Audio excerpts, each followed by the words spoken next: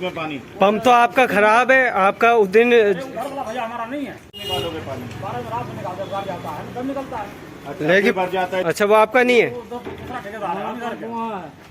अच्छा, आपका पंप चल रहा है। तो इसमें जो नीचे जो आप जो है माल डाल चुके हैं, जो बेस बनाया हुआ आप लोगों ने? बेड डल चुका है। कितने इंची का बेड डाल रहे हो? 6 इंची का। 6 इंची का नीचे डल चुका है। और साइड की दीवारें कितनी मोटी डाल रहे हो? वो भी 150 है, 150 वो भी है। 150 मतलब 6 इंची की वो भी है।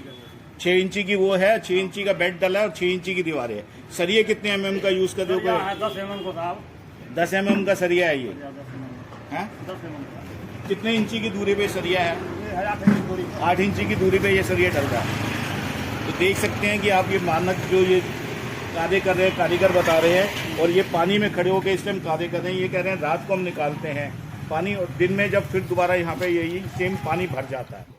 नमस्कार दोस्तों, जैसा कि अभी आपने एक वीडियो अभी आपको दिखाई गई है, जिस वीडियो के माध्यम से ये बताया गया है कि गांव वजीराबाद के अंदर नगर निगम के परियोजना विभाग द्वारा जो नाला बनाया जा रहा है उसके अंदर कई सारे भ्रष्टाचार बिंदु देखने को मिले हैं और कई सारी अनियमितता है जो नाले के कार्य में दिखाई दी गई है।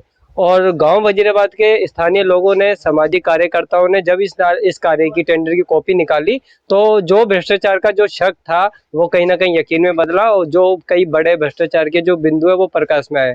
तो जिसने भी ये टेंडर की कॉपी हासिल की है और उसके बाद जो खुलासा किया है, तो मैं इस समय मौजूद हूँ जितेंद्र नागर जी के पास, जिन्होंने ना कि ये सिर्फ टेंडर की कॉपियां सार्वजनिक की बल्कि विधायक दिलीप पांडे जी से भी इस पूरे मामले को उनके संज्ञान में लाए और क्या बात रही विधायक जी से और किस तरीके का भ्रष्टाचार इस पूरे नाले के कार्य में देखने को मिला है। तो आइए चलिए बात करते हैं जितेंद्र नागर जी। क्या कहेंगे, आपने टेंडर की कॉपी को बहुत नजदीक से देखा, पढ़ा और उसके बाद सार्वजनिक किया, तो क्या कुछ भ्रष्टाचार के पॉइंट है जो आप बताना चाहेंगे? सबसे पहले नमस्कार।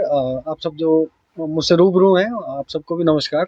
तो जैसा कि मैं पहले भी बता चुका हूँ, अपनी सोशल मीडिया पेज पे भी लिख चुका हूँ, उसमें बेसिकली 3 पॉइंट हैं जो मेजर पॉइंट्स हैं। कहें कि 3 बड़ी डकैतियाँ हैं। वो ये है कि हम उसको अलग अलग पार्ट्स करें तो जैसे नाला निर्माण करेंगे उसमें जो सरिया लगता है उसमें 12 mm का सरिये का उसमें रोल था, 12 mm का सरिया उसमें लगाना था, लेकिन 12 का ना लगा के एजेंसी ने 10 mm का सरिया लगाया है। उसमें भी आधी मात्रा में सरिया लगा हुआ है। तो अगर हम वजन करें, हम कहें कि 10 बंडल हम 15 mm का 12 mm का सरिया रखते हैं और 10 बंडल 10 mm का सरिया रखते हैं और उसकी एक एक लेंथ को गिने तो 1.5 गुना बैठ जाता है 10 mm का सरिया 12 के मुकाबले। तो एक तो वो फर्क है कि आधा उसमें से गायब कर दिया और आधा लगाया गया है। और फिर जो साइड पे एक्चुअल जितना लगना था, जितने बाई जितने का उसका जाल बनना था, जाल की दूरी उससे ज़्यादा है, डबल कर रखी है। तो एक तो mm में घटा दिया, आधा तो वहाँ गायब कर दिया और आधा जाल में जितना लगना था उसका भी उसमें कम लगाया गया। तो एक तो बड़ी डकैती ये है। दूसरा जो सबसे बड़ी मेजर डकैती है जो पूरी तरह से काम गायब है वो था नाले का प्लास्टर वर्क, जो इंटीरियर एक्सटीरियर दोनों था, यानी कि अंदर भी होना था और बाहर भी घुटाई प्लास्टर होना था। नाला बनते बनते होना था, ये नहीं कि पूरा नाला बना दिया उसके बाद प्लास्टर होना है। वो जितना नाला हमने बनाया है, मान लो कि 50 मीटर या 20 मीटर एक दिन में बनाया है, तो नेक्स्ट डे उसका प्लास्टर होना था। 48 घंटे के अंदर अंदर उसमें दर्ज है कि उसका प्लास्टर वर्क होना है। लेकिन मजे की बात यह है कि 1 इंच भी कहीं प्लास्टर नहीं हुआ है। वो लगभग 14 लाख रुपए का उसका पैसा सैंक्शन था, वो 14 लाख रुपए सीधा गायब कर दिया है। तो दूसरी बड़ी डकैती ये थी। और तीसरी बड़ी डकैती जो है वो उसके नाले की वॉल्स, साइड वॉल्स, उसका बेड और उसकी बॉटम, जो कि उसमें दे है, उसमें दर्ज है 8 इंची का। वो 8 इंची का ना बना के कहीं 4 इंची, कहीं 5 इंची, कहीं 6 इंची, तो कहीं 3 इंची, इस तरह से वो पूरे नाले का डिजाइन है। तो ये 3 मेजर डकैतियां हैं जो उन्होंने की हैं, जो पकड़ी गई हैं और जिनको स्वीकारा जाएगा। जब कागज अधिकारियों के समक्ष रखे जाएंगे उनको स्वीकारा जाएगा। लेकिन सवाल बड़ा यही है कि उस इश्यू को उन अधिकारियों तक ले जाता कौन है। जनता को देखिए बहुत अपने काम होते हैं, हम किसी को दोष नहीं दे सकते, इंडिविजुअल किसी की जिम्मेदारी नहीं है। समाजसेवी संगठन कहने को यहाँ बहुत है, लेकिन ज्यादातर उनमें से पॉलिटिकल हैं, और जो पॉलिटिकल नहीं भी हैं तो ना तो उन लोगों को इतने बड़े, शायद उनकी उतनी रीच नहीं है कि वहां तक जाके उस काम को। सब आपसी गठजोड़ है, जैसा मैं लगातार कहता हूँ, लोग भी जानते हैं, सब अवेयर हैं कि ये सब नेताओं का, अधिकारियों का, एजेंसी का आपसी गठजोड़ है जिसके कारण ये सारा भ्रष्टाचार होता है। जबकि डेली की डेली 2 दिन में 4 दिन में इंजीनियर साइड पे आके इंस्पेक्शन कर रहा था, काम को देख रहा था और उसकी सारी निगरानी में ये सारी अनियमितताएं बरती गई हैं। विधायक की नाक के नीचे उसके पैसे का जो एमएलए हेड था, जो लगभग 9.25 करोड़ रुपए, उसकी बंदरबाट हुई है, इंक्लूडिंग विधायक। मैं तो कहूंगा कि विधायक की भी उसमें जरूर भूमिका है, जरूर उनको भी, उन तक भी पैसा पहुंचा है। अदरवाइज ऐसा संभव नहीं है कि कोई ईमानदार जनप्रतिनिधि है, लगातार उन तक चीजें पहुंच रही हैं और वो उसको बिल्कुल अवॉइड कर रहे हैं, उस पर संज्ञान नहीं ले रहे, और अगर नहीं ले रहे हैं तो सीधी सी बात है उनकी जेब में बहुत कुछ पहुंच गया है। लेकिन नागर जी, प्रमाण क्या रखेंगे जिस टेंडर की कॉपी को आप बता रहे हैं और जिसके आधार पे आप ये सारे भ्रष्टाचार के बिंदु आपने बताए हैं? तो विधायक तो पहले भी आरटीआई की कॉपी को फर्जी बता चुके हैं, झूठा बता चुके हैं, और तो कैसे मान लिया जाए कि आपने जो टेंडर की कॉपी देखी है वो सही होगी? देखिए, टेंडर के अंदर सिर्फ 2 गलियां आरएमसी की बात है, बकवास है। देखिए, वो आरटीआई के माध्यम से बहुत सारे कागज हमको प्राप्त होते हैं, लेकिन वो कोई अधिकारियों का जवाब नहीं है। वो डायरेक्टली वो कॉपी है जो कि काम करने के लिए एजेंसी को, ठेकेदार को दी गई है कि देखिए इस बिहाफ पे ये सारे काम होने हैं। जो ठेकेदार के पास कॉपी है वही कॉपी हमारे पास है, जिसके अकॉर्डिंग वो सारे काम होने हैं, जिसके अकॉर्डिंग वो पैसा सैंक्शन हुआ है।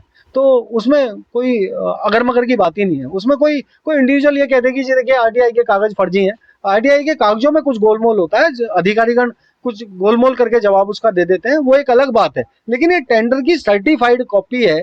हालांकि वो आरटीआई से प्राप्त दस्तावेज भी सर्टिफाइड ही होते हैं, उनको अगर कोई झुटलाए तो वो गलत है, लेकिन उसमें फिर भी कई बार टेक्निकली सवालों में लोगों को गुमराह करते हैं अधिकारीगण, वो एक अलग दूसरी तरह का मामला है। ये दूसरी तरह का मामला है, ये सर्टिफाइड वही कॉपी है जिसकी गुणवत्ता के साथ काम होने थे। लेकिन कैसे मान लिया जाए कि जहाँ पे विधायक खुद उद्घाटन करते हैं, सत्येंद्र जैन जो मंत्री है वो इस नाले का उद्घाटन करते हैं, निर्माण कार्य का, और विधायक कहते हैं मैं भ्रष्टाचार बर्दाश्त नहीं करूंगा, उल्टा टांग दूंगा, और उनके कई प्रतिनिधि इसकी देखरेख करते हैं, उसके बाद भ्रष्टाचार हो जाता है? देखिए, भ्रष्टाचार पूरे देश में हो रहा है।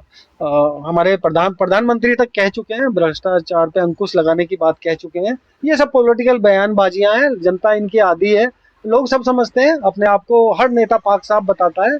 भ्रष्टाचार मिटाने के लिए आम आदमी पार्टी आई थी, उसका जन्म भ्रष्टाचार मिटाने के लिए हुआ था। उनकी नाक के नीचे, उनके साथ, उनके गठजोड़ के कारण ये सारे भ्रष्टाचार चल रहे हैं। हम बेशक इंडिविजुअल एमसीडी पे भ्रष्टाचार लगाएं, क्या आरोप लगाएं, ये एमसीडी का मामला नहीं है, ये पूरे सिस्टम का मामला है।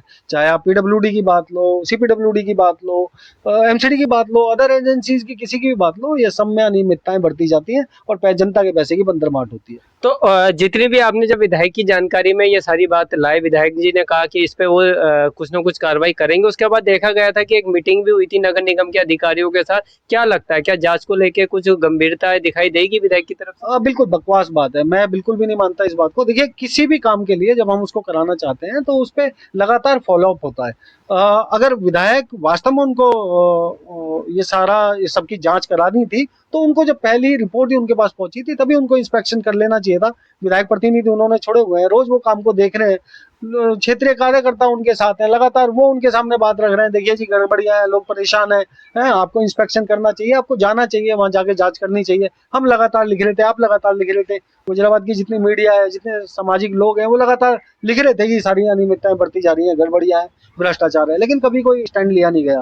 तो अब लेकिन जब आप एक बेस है, आपके पास एक बेस है, वो पेपर्स हैं, और उसके बुनियाद पे आप कोई बात कह रहे हैं तो आपके दिलासे के लिए कोई बात तो जरूर कही जाएगी। और अधिकारियों से मतलब, मीटिंग का मतलब ये नहीं है कि वो भ्रष्टाचार पे बातचीत हो रही थी। मानकों के अनुरूप काम को वो अधिकारियों के साथ लगातार मतलब कभी कभी वो मीटिंग होती रहती है, कभी जल बोर्ड वालों के साथ तो कभी निगम अधिकारियों के साथ। अब निगम को बहुत सारे काम करने होते हैं, तिमारपुर में तमाम काम निगम के चल रहे हैं, तो किन्हीं भी कामों को लेकर वो मीटिंग हो सकती है, वो जरूरी नहीं कि इसी पॉइंट पे वो मीटिंग। तो नागर जी, अगर क्षेत्र की बात की जाए तो ये एक ड्रीम प्रोजेक्ट था गांव वजीराबाद का पानी निकासी को लेके। तो गुणवत्ता देखी जाए तो नाले की अब ऐसी हो चुकी है, क्या लगता है आपको कि गलियों की बात छोड़ भी दे तो जो मेन सड़क है वो छोटी है, कल को जब उसमें भारी भरकम गाड़ियां चलेगी तो क्या इतनी मजबूती है नाले की कि उसका भार वजन सह पाए, या कोई ना कोई हादसे होने की भविष्य में बन रहा है ऐसा कुछ? देखिए, जहां अनियमितताएं बढ़ती जाती हैं वहां कभी मजबूती वो स्टैंड नहीं करती। जिस गुणवत्ता के लिए पैसा रिलीज हुआ था, जिस गुणवत्ता से काम होना था, आपको 12 mm का सरिया लगाना था, आपको 8 mm की स्लैब उसके ऊपर डालनी थी, 8 इंच की, सॉरी, लेकिन वो आपने उन सबको अवॉइड कर दिया। उसमें तमाम तरह की अनियमितताएं हैं, गड़बड़ियां हैं, और जो रफ मटेरियल लगाया गया है, 10 mm का सरिया लगाया गया है, उसमें से भी आधा गायब कर दिया गया है। तो वो बिल्कुल कहीं भी ये बात मान लेने के योग्य नहीं है कि वो नालियों के वजन को वो उसके लोड को सह पाएंगी, वो डेफिनेटली टूट जाएंगी। तो नागर जी, अब क्या मतलब कि विधायक के संज्ञान में मामला आ चुका है, अब उस पर कार्रवाई हो ना वो अलग बात है, लेकिन आप भी एक आरडब्ल्यू के मेंबर हैं और भी तमाम सामाजिक लोग हैं जो इस नाले के भ्रष्टाचार से परिचित हो चुके हैं। क्या लगता है कि क्या कुछ पत्र लिखा जाएगा, शिकायत की जाएगी? देखिए, बड़े दुर्भाग्य की बात है, जितनी भी आरडब्ल्यूएज हैं वो पॉलिटिकल पार्टियों में शामिल हो जाती हैं। जितने भी सामाजिक लोग अपने आप को सामाजिक घोषित करते हैं, सामाजिक संगठन अपने आप को घोषित करते हैं, वो उनका स्टैंड बदल जाता है, वो पॉलिटिकल हो जाते हैं अमूमन।